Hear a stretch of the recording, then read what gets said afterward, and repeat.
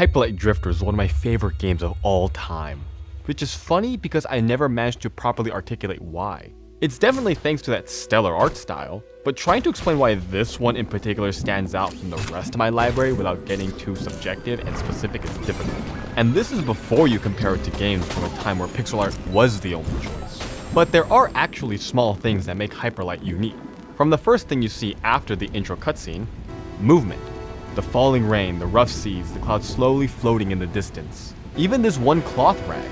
There's so many different types of movement that it makes this opening screen feel alive. In fact, virtually every area of this game has some sort of environmental movement.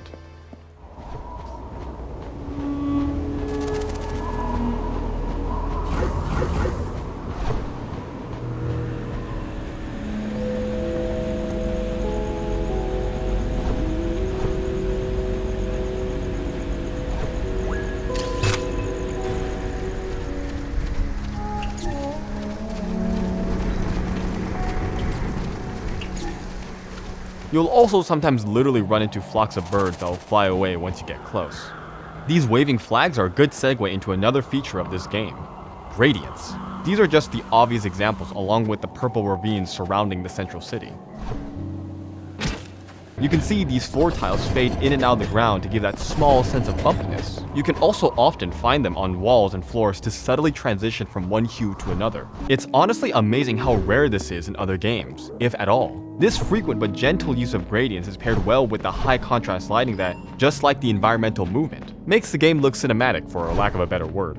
There are plenty of pixel art games with excellent lighting, but it's often because they're actually a 3D game to take advantage of the Z depth buffer. Meanwhile, Hyperlight was made in GameMaker Studio, an engine that can only do 2D. If you go into the game files, you can actually see the images that make up the levels, including the light rays that are drawn directly on top of them. Drawing everything square by square is tedious, and there's a lot of hidden limitations that you'll have to work around when you start finishing up the asset list, while maintaining a consistent style. Bit-crushing 3D animations into 2D sprites is a good way to save on money and time, like in Dead Cells.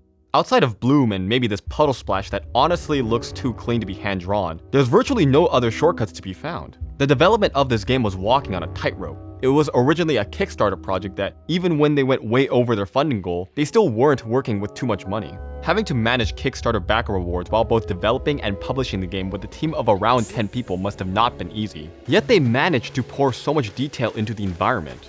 I know there's still a following for this game, among them being Night Margin, lead developer of One Shot, who made this amazing shitpost about it, but it still feels like Hyperlight Drifter isn't as well remembered as other legendary titles, which would be a shame, especially with the amount of work they put in. It's great, and if you haven't done it before, you should play this game right now. Look, as much as I love this game, I would be lying if I said it was flawless.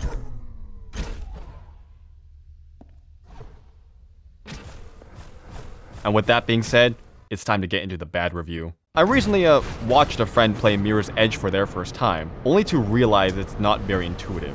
The hotkey to point your camera to your destination isn't that helpful, and it's still very easy to get lost in some sections. Obviously, the combat isn't the gameplay focus, but it still has rough edges. The window to parry these SWAT units in particular is very short. I was reminded of Mirror's Edge when I watched another friend play Hyperlight Drifter for their first time, where I did end up actively backseating them, just to help them with the in-game map.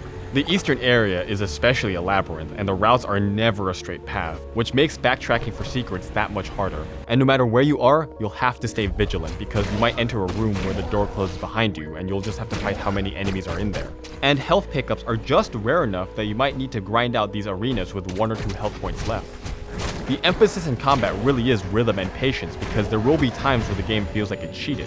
While some enemies might have a stage of invulnerability in their attack animations, at no point will you get that positive respite. This makes avoiding attacks even more of a priority since every hit stuns you and you may not be able to dash away from an incoming pile drive.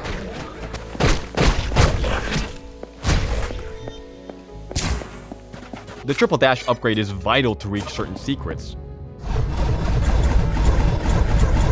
but you'll have to get used to the timing first.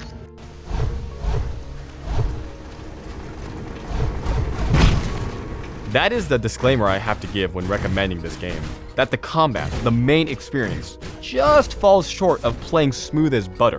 Unlike in, say, Celeste, a game known for being very fine-tuned, in Hyperlight Drifter you can almost consciously feel the handicaps in the controls. There is a sequel on the way, but it seems to be going through the Risk of Rain 2 conversion.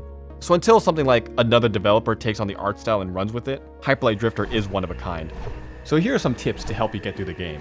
Keep an eye out for hidden areas, often marked by these little square patterns on the ground, or anywhere that looks like you can dash to. It's recommended that you finish the Northern Mountains first, because not only is it the easiest, but you can also get the railgun as soon as possible, since, unlike the starting pistol, it's vital for these pillars to reach more secrets. Here's a funny tip: if you're tired of the frog absolutely squishing you, try to chain upgraded dashes until you get behind it where the AI doesn't know what to do. Even if you have to use a guide, get to as many hidden areas as possible, since it tends to lead to more things to do and more things to see.